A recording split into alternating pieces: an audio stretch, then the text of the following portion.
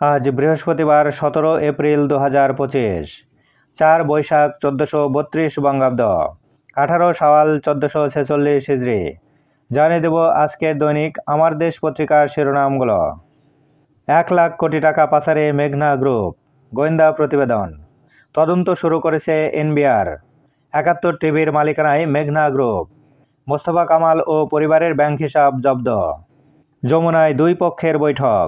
নির্বাচন নিয়ে ডক্টর ইউনূসের বক্তব্যে সন্তুষ্ট নয় বিএনপি।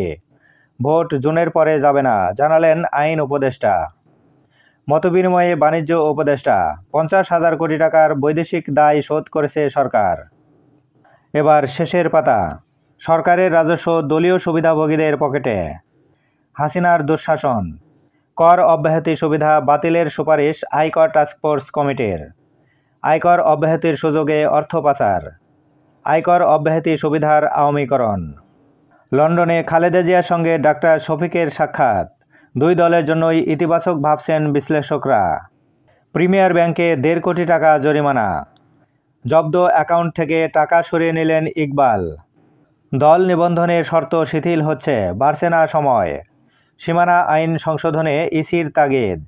সিইসির সঙ্গে রোববার সাক্ষাৎ এনসিপি নেতাদের। 6 দাবিতে সারা দেশে কর্মসূচি। পলিটেকনিক শিক্ষার্থীদের অবরোধে দুর্বিষহ যানজট।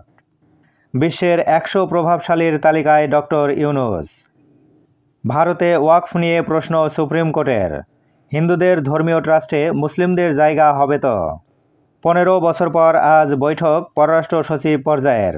বাংলাদেশ পাকিস্তান সম্পর্ক দৃঢ় করাই অগ্রাধিকার।